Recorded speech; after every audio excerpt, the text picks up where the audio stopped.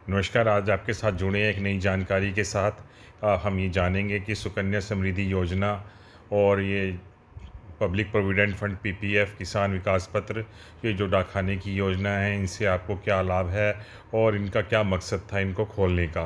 तो आइए जानते हैं। अगर आपने चैनल को सब्सक्राइब नहीं किया तो सब्सक्राइब कर लें और नई नई जो जानकारियों के साथ हमारे साथ मैं सुकन्या समृद्धि योजना के बारे में बताने से पहले आपको ये बता दूं कि ये योजना है, इसमें 8.2% इंटरेस्ट है और ये मैंने अपनी बेटियों के लिए भी ली हुई है।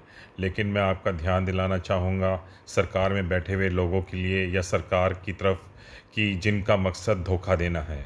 सरकार में ऐसे लोग बैठे हैं जिनका काम मिडिल क्लास को धोखा देना है और इसके अलावा कुछ नहीं है। हाँ, ये जो आप आर्टिकल आप देख रहे हैं ये अखबार का है, दैनिक भास्कर का है और अभी ये 2 दिन पहले के अखबार का ही है। और मैं आपको बताना चाहूँगा कि इस अखबार में आप ध्यान से देखेंगे तो क्या लिखा हुआ है। इसमें लिखा हुआ है कि 21 साल की उम्र में 4 गुना पैसा मिलेगा।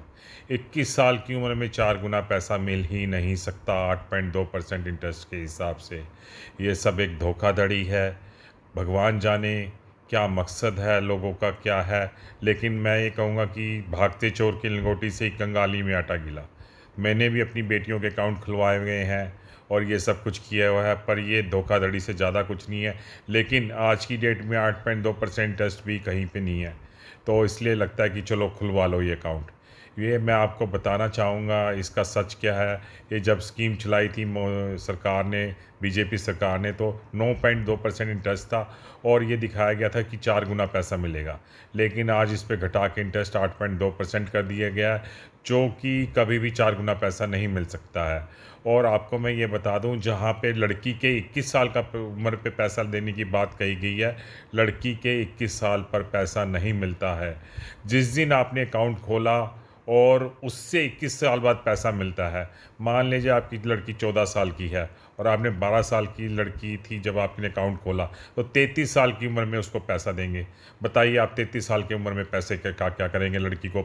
लड़की जब वो बूढ़ी हो जाएगी तब उसको पैसे का क्या करेंगे।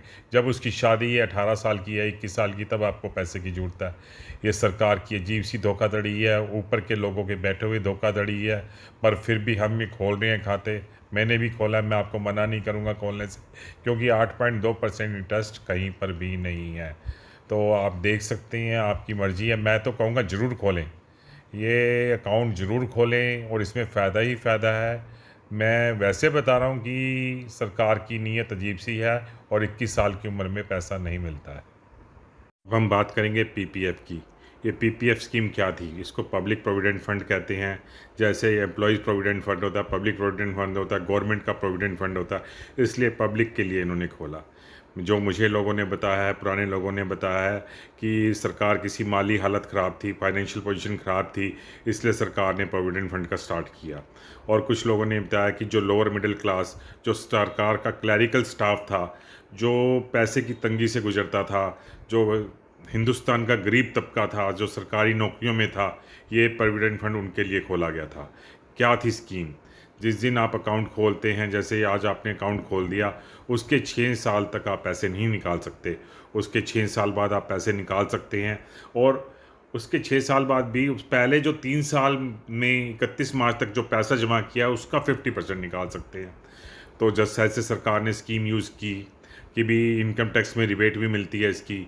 तो एक जो गरीब तबका था, जो सरकार का सरकारी नौकरी वाला करने वाला गरीब तबका था, वो क्या करता था कि भी 3-6 साल तक उसका पैसा ब्लॉक हो गया, हर साल उसने थोड़ा थोड़ा पैसा जमा कराया।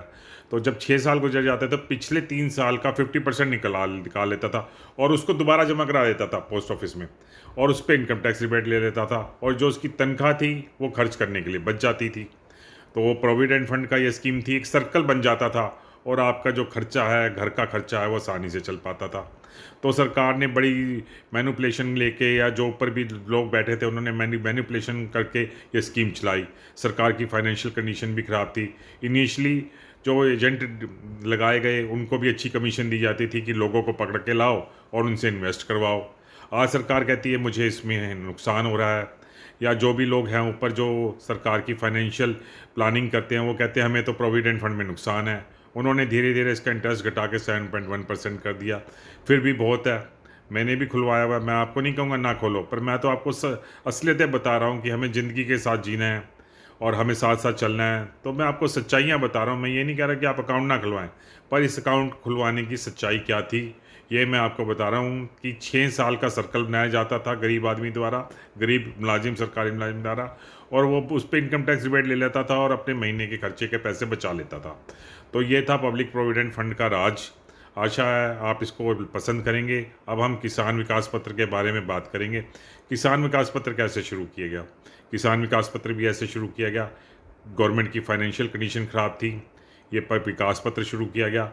आपको विश्वास नहीं होगा, जब ये विकास पत्र शुरू किया गया तो 5 साल में पैसा डबल होता था।